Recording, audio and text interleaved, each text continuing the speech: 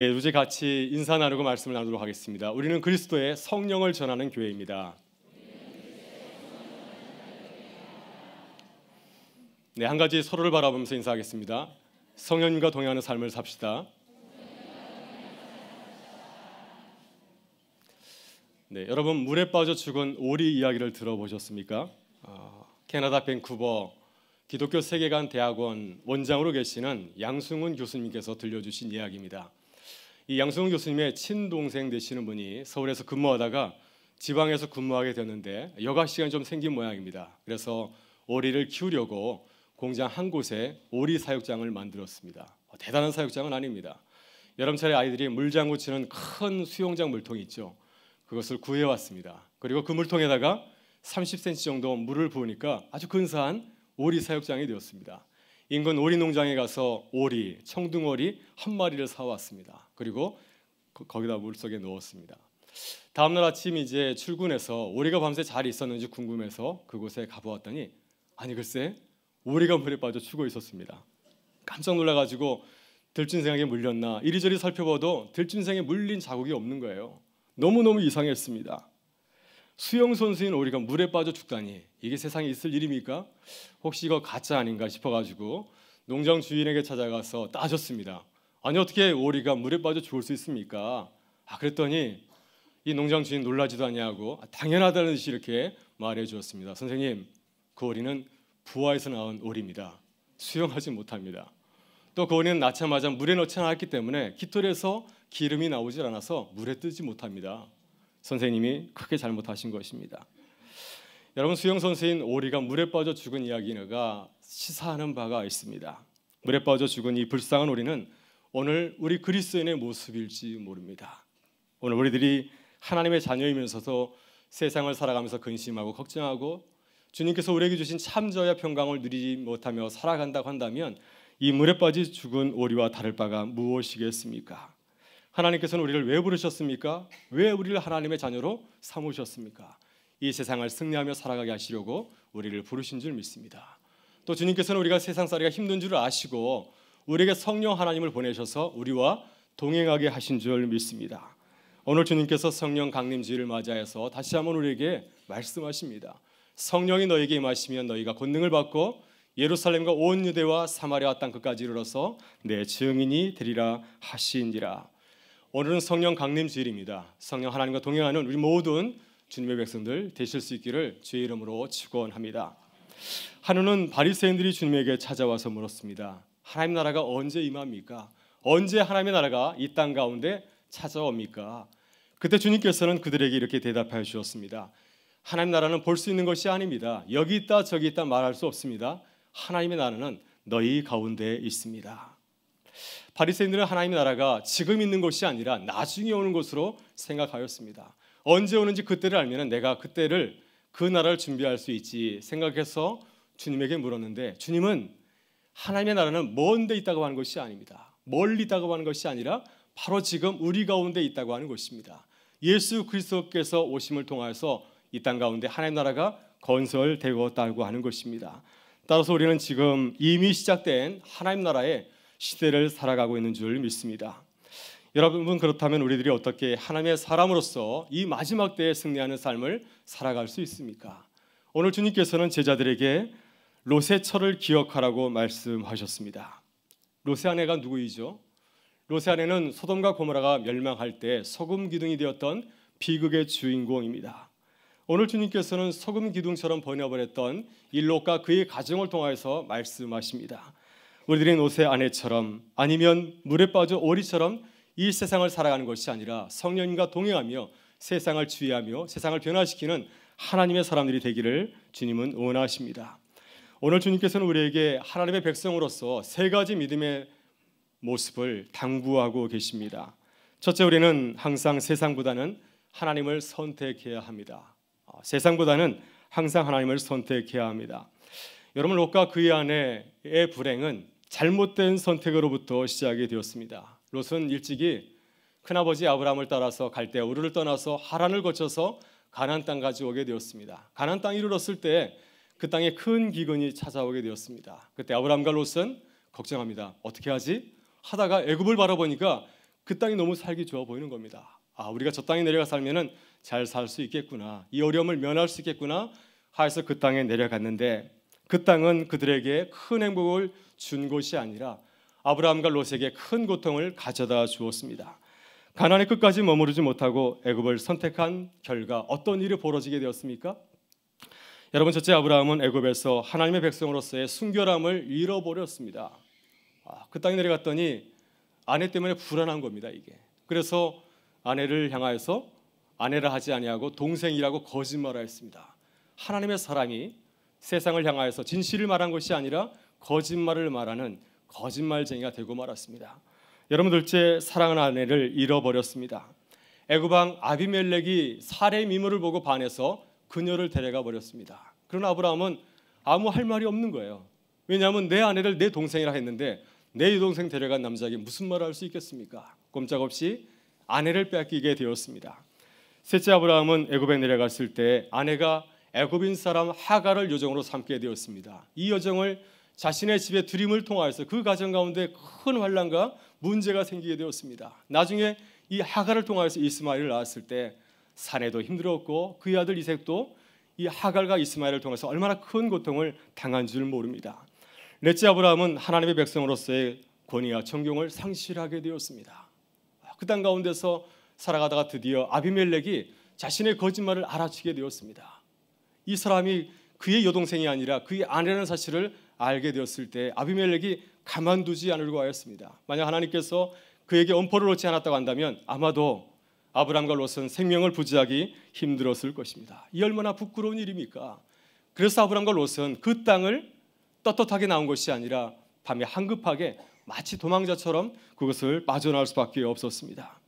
여러분, 이렇게 아브라함은 하나님께서 지시한 땅에 계속해서 머무르지 아니하고 가뭄을 피해보려고 애굽에 내려갔다가 엄청난 시련을 겪게 되었습니다. 아브라함이 애굽에서의 그 실패를 통하여서 무엇을 깨달았을까요? 세상을 바라보지 말고 하나님의 길을 선택해야겠구나. 내게 아무리 어려운 일이 찾아온다 할지라도 내가 끝까지 하나님 말씀 따라야지. 이것이 내가 살 길이다. 이러한 사실을 깨닫지 않았겠습니까? 그래서 아브라함은 나중에 이제 믿음의 선택을 합니다.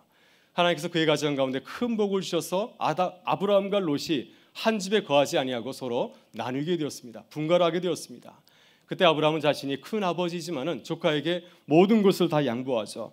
너가 먼저 좋은 것을 차지해라. 내가 우하면 내가 자하고 내가 자하면 내가 우하리라. 내가 큰 아버지니까 내 욕심을 먼저 차리지 아니하고 먼저 조카에게 모든 선택권을 다 양보한 것이었습니다. 그 결과 어떤 땅을 차지했을까요? 가장 좋은 땅을 차지했을까요? 그런 일은 벌어지지 않았습니다. 아브라함은 가나안에서 가장 척박한 땅 가나안 땅을 차지하게 되었습니다. 그랬더니 하나님께서는 오히려 기뻐하셨습니다. 그래서 아브라함이 선택하지 아니한 것까지도 그에게 선물로 주셨습니다. 롯이 차지한 그 땅까지도 하나님께서는 아브라함과 그의 자녀들에게 선물로 주시겠다고 약속을 하셨습니다. 여러분, 우리들도 아브라함처럼 세상보다도 하나님을 선택할 수 있기를 바랍니다. 그러면 하나님께서 우리에게 우리가 선택하지 아니한 것까지도 선물로 주실 줄 믿습니다. 여러분, 그러나 안타깝게도 롯은 믿음의 선택을 하지 못하였습니다. 아브라함이 자신에게 먼저 선택하라고 하였을 때 그는 믿음으로 생각하고 믿음으로 판단하지 못하였습니다. 그는 두 마음을 가졌습니다. 하나님도 가지고 세상도 가져야지. 내가 좋은 땅을 찾으면 그 땅에서 하나님도 잘 믿고 세상에서도 잘 살 수 있을 것처럼 믿었습니다. 그래서 가장 좋은 땅을 차지하였습니다. 그러나 그는 실상은 하나님을 선택한 것이 아니라 세상을 선택한 것이었습니다. 여러분, 창세기 13장 10절은 세상을 선택한 롯의 마음을 참 잘 표현하고 있습니다. 이에 롯이 눈을 들어 요단 지역을 바라본즉 소알까지 온 땅에 물이 넉넉하니 여호와께서 소돔과 고모라를 멸하시기 전이었으므로 여호와의 동산 같고 애굽 땅과 같았더라. 롯이 바라보니까 요단 지역이 너무너무 근사해 보입니다. 아마도 세상에 이런 땅이 없을 것 같습니다. 여호와의 동산 같고 애굽 땅과 같았더라. 여러분, 여호와의 동산이 어떤 땅입니까? 아주 오래전에 아담과 하와가 하나님과 거닐었던 곳이 바로 에덴 동산이 아니겠습니까? 여호와의 동산은 바로 에덴 동산을 말하는 것이죠. 에덴 동산은 아담과 하와가 하나님과 동행하면서 하늘의 복을 누렸던, 아무런 부족함을 느끼지 않았던 정말 행복한 곳이었습니다. 그 요단 지역이 그렇게 보인 것이었습니다. 내가 그곳에 가 살면은 에덴 동산과 같이 하나님과 동행하며 하나님의 모든 복을 누리며 살아갈 것처럼 보였습니다. 그곳에서 얼마든지 좋은 신앙이 될 줄 믿고 그것을 선택하였던 것이었습니다. 여러분, 그러나 무엇보다도 롯의 마음을 사로잡은 것은 바로 그 땅이 애굽 땅과 같이 보였기 때문이었습니다. 여러분, 일찍이 롯은 아브라함과 함께 애굽에 내려가서 그 땅의 풍요로움을 맛보았습니다. 선진 문화를 맛보게 되었습니다. 어쩔 수 없이 애굽에서 도망치듯 빠져나왔지만은 롯의 마음속에는 무엇이 자리 잡고 있었을까요? 애굽 정말 좋은 곳인데 언제 다시 가보지? 이런 마음이 그를 사로잡고 있었습니다. 그런데 소돔과 고모라, 바로 그 지역이 애굽 지역처럼 보였던 곳이었습니다. 내가 그곳에 내려가면은 옛날 애굽에서 살던 것처럼 또 화려함과 부유함을 누리며 살아갈 것처럼 보였습니다. 내가 바라는 그 모든 것을 다 누리면서 살아갈 수 있지, 이런 마음이 들었기 때문에 그는 주저없이 그 땅을 선택한 것이었습니다. 여러분, 그러나 롯은 하나님의 백성으로서 아주 중요한 사실을 놓치고 있습니다. 창세기 13장 13절은 롯이 선택한 그 땅을 이렇게 소개를 하고 있습니다. 소돔 사람은 하나님 앞에서 악하며 큰 죄인이었더라. 여러분, 롯은 세상의 화려한 모습만 바라보았습니다. 여러분, 세상은 두 가지 모습을 가지고 있습니다. 좋은 모습도 있고 나쁜 모습도 있습니다. 롯은 이 소돔성의 화려한 모습만 바라보았습니다. 애굽에서와 같이 그에게 세상의 유혹과 또 우리가 견딜 수 없는 영적인 고통이 숨어 있는 것을 그는 바라보질 못하였습니다. 일찍이 그는 애굽에서 그 맛을 보질 않았습니까? 만약 하나님께서 그들을 도우시지 않아도 한다면 그들은 이 애굽에서 살아남지 못하였을 것입니다. 하나님께서 도우셨기 때문에 아브라함과 롯은 그 땅에서 살아나올 수가 있었던 것이었습니다. 이 사실을 그는 기억해야 됐습니다. 그러나 세상에 눈이 멀었던 롯은 하나님보다는 세상을 선택하였습니다. 여러분, 창세기 13장 12절의 말씀은 롯이 요단 지역을 선택한 결과에 대해서 말해주고 있습니다. 아브라함은 가나안 땅에 거주하였고 롯은 그 지역의 도시들에 머무르며 그 장막을 옮겨 소돔까지 이르렀더라. 그래서 그는 그 지역을 선택한 뒤에 소돔성을 향해서 나가게 되고 나중에는 소돔성 안에 들어가서 이게 지내는 이 롯의 모습을 우리가 볼 수가 있습니다. 여러분, 하나님께서 아브라함을 복의 근원으로 부르신 후에 그에게 말씀하셨던 아주 중요한 말씀이 있습니다. 처음부터 끝까지 하나님께서는 아브라함을 향해서 딱 한 가지 말씀하셨습니다. 바로 그 말씀은 떠나라고 하는 것입니다. 창세기 12장 1절에 있었던 말씀처럼 떠나라, 내 아비와 친척집을 떠나라, 내 고향을 떠나라, 이 말씀을 줄곧 그에게 하고 있습니다. 세상으로부터 떠나서 계속해서 하나님을 선택하며 나아가라고 하는 것입니다. 그래서 하나님께서는 아브라함에게 계속 떠나는 훈련을 시키고 있습니다. 떠나라, 내 아버지 집도 떠나고 고향도 떠나고 친척집도 떠나고 네가 붙잡고 있는 그 모든 세상적인 것을 떠나서 하나님에게 나아가라. 그래야 내가 승리할 수 있다. 이 말씀을 하셨습니다. 그래서 마지막으로 아브라함에게 당부한 말씀이 무엇입니까? 내 애아들, 외아들 이삭까지도 떠나서 하나님을 선택하라고 말씀하지 않습니까? 아브라함은 끝까지 세상을 버리고 하나님을 선택하였기 때문에 놀라운 복을 누릴 수 있었습니다. 여러분, 그러나 롯은 세상을 떠나 하나님에게로 나아가는 선택을 한 것이 아니라 정반대로 하나님을 떠나서 세상을 선택하며 계속해서 세상을 향해서 나아가는 선택을 하였습니다. 그래서 결국에는 모든 것을 다 잃어버렸습니다. 하나님도 잃어버리고 또 세상도 잃어버리는 비극의 주인공이 되고 말았습니다. 여러분, 선택이 대단히 중요합니다. 선택은 방향과 같습니다. 우리가 어떤 곳을 갈 때 방향을 잘못 잡으면 그 목표로부터 점점점 멀어져 가게 되는 거죠. 방향이 틀리면 목표를 향해서 나아갈 수가 없습니다. 그렇기 때문에 우리는 늘 방향을 잘 잡고 우리가 가고자 하는 그 목표를 향해서 달려가야 될 줄 믿습니다. 오늘 주님께서는 우리에게 바른 선택을 하고 말씀을 하십니다. 너희는 먼저 그의 나라와 그의 의를 구하라. 그러면 이 모든 것을 너에게 더하시리라. 하나님을 선택하여서 하늘의 복을 누리는 주님의 자녀들 되실 수 있기를 주의 이름으로 축원합니다. 여러분, 둘째, 우리는 세상의 부유함보다도 하나님을 더 사랑해야 합니다. 롯은 일찍이 하란에서 아버지를 잃고 외삼촌, 큰아버지 아브라함과 함께 생활을 하게 되었습니다. 이제 어른이 되어서 가정을 이루고 독립하게 되었을 때 롯은 아브라함처럼 잘 살고 싶었습니다. 아름다운 믿음의 가정을 이루고 싶었습니다. 어디 가서 신혼을 살리면 좋을까 생각하던 차에 바로 요단 동편에 있었던 소돔과 고모라가 보인 것이었습니다. 그 화려한 도시에 가서 살게 되면 우리 가정이 참 잘 살 수 있을 것처럼 믿었습니다. 소돔은 우리 가정의 모든 것을 다 가져다 줄 것처럼 그는 굳게 믿은 것이었습니다. 그러나 세상은 그에게 모든 것을 다 빼앗아 가버렸습니다. 그는 세상이 나에게 모든 것을 다 줄 줄 알았는데 세상은 그에게 모든 것을 다 빼앗아 가버렸습니다. 탕자와 같이 아버지를 떠났던 탕자가 모든 것을 다 잃어버린 것처럼 아버지 하나님을 떠났던 이 롯은 모든 것을 다 잃어버리는 육적인 영적인 거지가 되고 말았습니다. 여러분, 무엇보다도 그는 소돔에서 행복하지 아니하고 영적으로 고통을 당하게 되었습니다. 소돔이라고 하는 그 말에 Y라고 하는 철자를 붙이게 되면 소돔이가 됩니다. 이 소돔의 띠는 동성이라는 뜻을 담고 있습니다. 왜 이런 단어가 생겼겠습니까? 바로 그것은 롯이 살았던 소돔과 고모라가 성적으로 타락한 곳이었고 동성이가 난무한 도시였기 때문이었습니다. 창세기 19장을 보게 되면 우리가 입에 담을 수 없는 일들이 벌어지는 것을 보게 되죠. 하루는 하나님의 천사들이 소돔과 고모라 성을 멸망하기 위해서 그 성을 찾아갔습니다. 그 성에 앉아 있다가 롯이 그들을 발견하고 자신의 집으로 모셔드리게 되었습니다. 그때 소돔 사람들이 이 사실을 알게 되었습니다. 롯의 집안에 외간 남자들이 들어갔더라. 이 소식을 듣고 소돔 사람 남자들이 쳐들어왔습니다. 그 남자를 내놓으라고 합니다. 우리가 그와 삼간하겠다. 너무 기가 막혀가지고 롯이 내 딸들을 줄 테니까 그 손님들은 가만두라 했더니 그들이 가만히 있지 않습니다. 그러면서 문을 박차고 들어와서 그들을 향하여서 자신의 욕구대로 일을 처리하려고 하였습니다. 여러분, 이 에피소드는 당시 소돔과 고모라가 얼마나 타락한 도시였는지를 여실히 잘 보여주고 있습니다. 여러분, 그러니 롯과 그의 가정이 이러한 타락한 도시에 살아가면서 얼마나 영적으로 고통을 당했겠습니까? 베드로서 2장을 보게 되면 롯이 그 타락한 소돔성에서 불법한 행실 때문에 그 의로운 심령이 대단히 상하였다고 우리에게 증거를 하고 있습니다. 여러분, 롯은 그런데 소돔에서 심한 고통을 당한 것으로 끝나지 아니하고 살아가는 그 모든 것을 다 잃게 되었습니다. 하나님께서 소돔과 고모라를 불러 심판하였을 때 그는 모든 것을 다 잃게 되었습니다. 그러니까 평생을 통해서 수고해서 얻었던 부와 명예와 권력을 다 잃게 되었고요. 무엇보다도 사랑하는 사람들을 다 잃게 되었습니다. 사이도 잃었고 아내도 잃었고 사랑하는 딸들도 세상이 잃었고 신앙까지도 잃어버리고 말았습니다. 여러분, 롯의 아내는 불의 심판을 앞두고 그 성을 빠져나올 때 뒤를 돌아보았다가 주의 천사가 뒤를 돌아보지 말라고 했는데 뒤를 돌아보다가 소금 기둥이 되고 말았습니다. 왜 롯의 아내는 뒤를 돌아봤을까요? 미련이 남아있었기 때문이 아닐까요? 내가 그 성에서 잘 살았는데 모든 것을 다 잃었구나.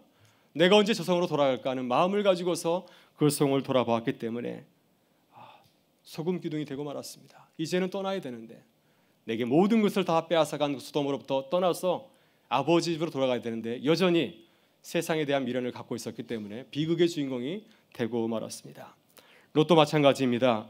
이런 고통을 당하고 화를 당하였지만 정신을 차리지 못하고 있습니다. 이제 모든 것을 다 잃었으니 탕자와 같이 아버지에게 돌아가야 되지 않겠습니까? 소돔에 머무를 것이 아니라 아브라함이 있는 그 장막에 갈 때에 그가 다시 일어날 수 있지 않겠습니까? 그러나 그는 여전히 일어서질 못합니다. 여전히 주저앉고 있습니다.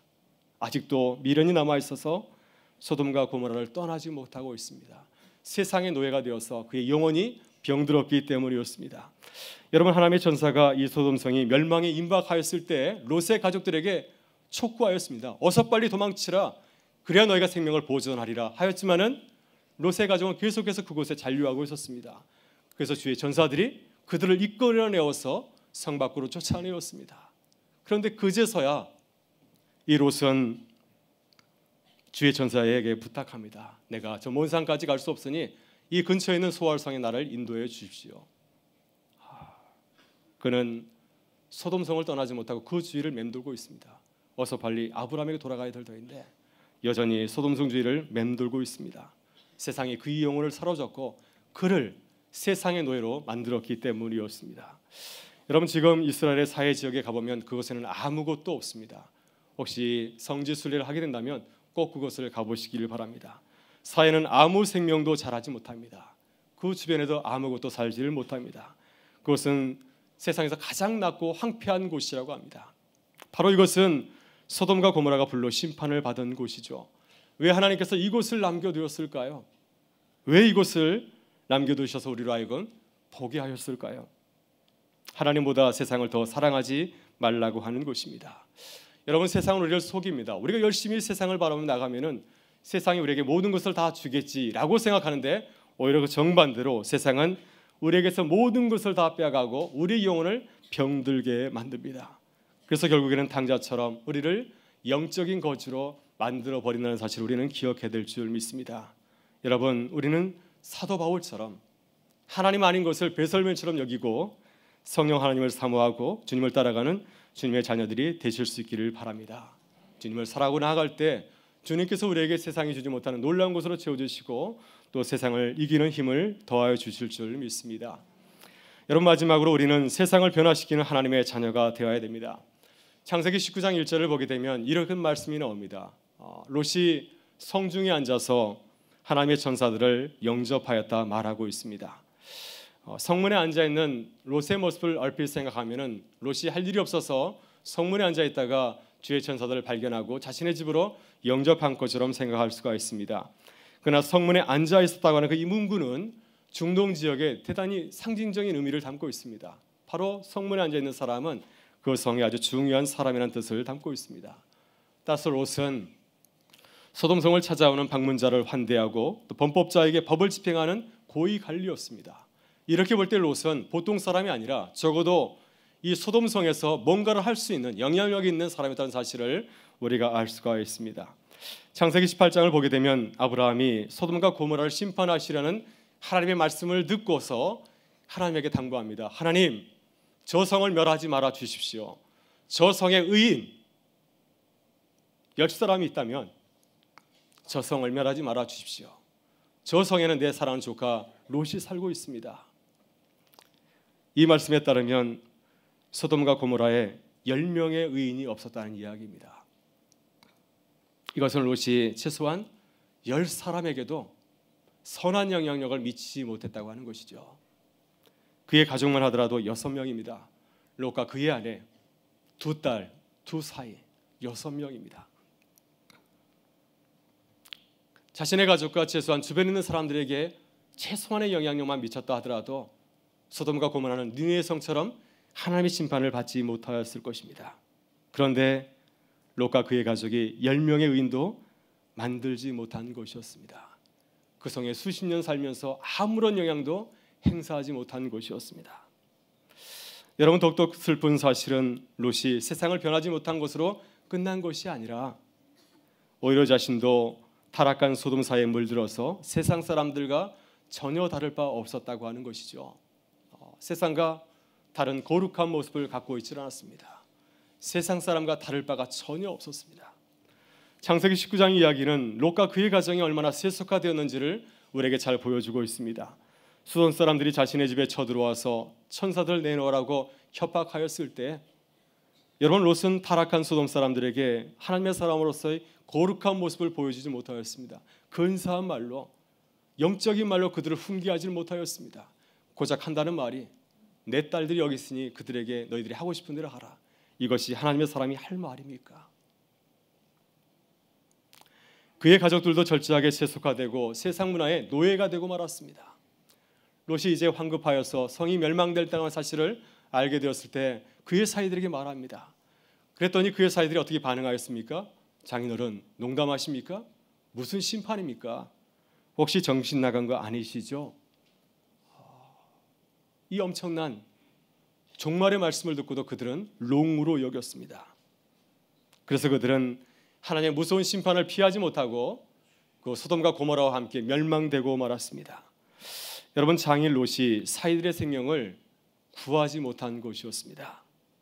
이렇게 그는 사이들에게까지 아무런 영적인 영향력도 미치지 못하는 참으로 무능한 신앙인이었습니다. 여러분, 딸들도 소돔성의 타락한 성문화에 젖어서 자신들이 하는 그 죄가 얼마나 무서운지를 깨닫지 못하게 되었습니다. 그들이 이제 소돔성이 무너졌을 때 그들이 어떻게 하였습니까? 아버지에게 술을 먹이게 하고 아버지를 통하여서 자녀를 낳으려고 하였습니다. 아버지를 통하여서 대를 이으려고 하였습니다. 여러분, 이렇게 딸들도 세상 사람과 다를 바가 없었고 전혀 영적인 분별력을 갖추지 못하고 있었습니다.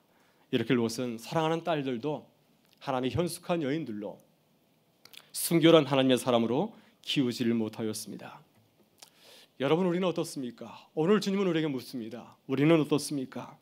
오늘 우리는 가정에서 얼마나 선한 영향력을 보여주고 있습니까? 내 사랑하는 자녀들이 우리의 모습을 통하여서 믿음의 사람으로 성장해 가고 있습니까?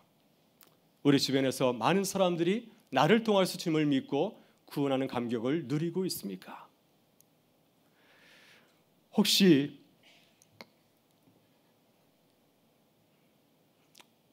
우리들의 모습이 녹과 같이 아무런 선한 영향력도 보여주지 못하고 있지는 않습니까? 저는 본문을 묵상하면서 제 자신이 많이 부끄러웠습니다. 과연 제가 많은 사람들에게 영향을 주고 있는가? 내 자녀들이, 내 친구들이, 우리 교우들이 저를 통하여서 하나님을 만나고 있는가? 만약 제가 제 주변 사람들에게 아무런 선한 영향도 미치지 못한다고 한다면 어찌 하나님의 사람이라고 말할 수 있겠습니까? 마지막 날에 주님을 만났을 때 그 무서운 심판을 어떻게 피할 수 있겠습니까? 어깨가 찬이 마음이 무거워졌습니다. 그래서 제 자신과 가정과 교회와 또 나라를 위해서 기도할 수밖에 없었습니다. 사랑하는 여러분, 어떻게 우리들이 세상을 변화시키는 사람이 될 수 있겠습니까? 오늘 주님께서 우리에게 말씀하십니다. 성령이 너에게 마시면 너희가 권능을 받고 예루살렘과 온 유대와 사마리아 땅 끝까지 이르러서 내 증인이 되리라 하시니라. 우리는 부족하고 아무런 힘과 능력이 없지만은 성령께서 함께 하시면 우리를 통해서 세상을 변화시켜 나가는 아름다운 믿음의 역사를 써가게 될 줄 믿습니다. 이제 말씀을 마치고자 합니다. 오늘은 성령 강림 주일이지만 또한 스승의 주일이기도 합니다. 오늘 주님께서 말씀하십니다. 너희는 롯의 아내를 기억하여라. 오늘 우리들이 롯과 그의 아내를 반면 교사로 삼았음을 합니다. 우리들의 모습이 롯과 그의 아내처럼 힘이 없는 그리스도인이라 할지라도 주님께서 우리에게 힘 주시면 우리를 통하여서 세상을 변화시켜 나가는 하나님의 사람들로 거듭나게 될 줄 믿습니다. 사랑하는 성도 여러분, 성령 강림 주일을 맞이해서 다시 한번 성령 하나님을 간절히 사모할 수 있기를 바랍니다. 성령 하나님께서 우리를 통해서 일하시기를 간절히 사모하시기를 바랍니다. 성령 하나님께서 우리 자신과 우리 가정과 우리 교회를 변화시켜 달라고 간절히 기도하시기를 원합니다. 세상에 힘과 용기와 소망을 주는 주님의 교회와 사람들 되기를 간절히 기도할 수 있기를 바랍니다. 그래야 할 때 우리 모두가 성령의 사람이 되어서 성령의 교회가 되어서 하나님의 일을 이루어가는 기쁨이 우리 가운데 함께 하시리라 믿습니다. 이 은혜가 저와 우리 모든 성도님의 삶 가운데 함께 하실 수 있기를 주의 이름으로 축원합니다. 이제 우리 다 같이 일어나셔서 결단의 찬송 함께 부르며 나가겠습니다.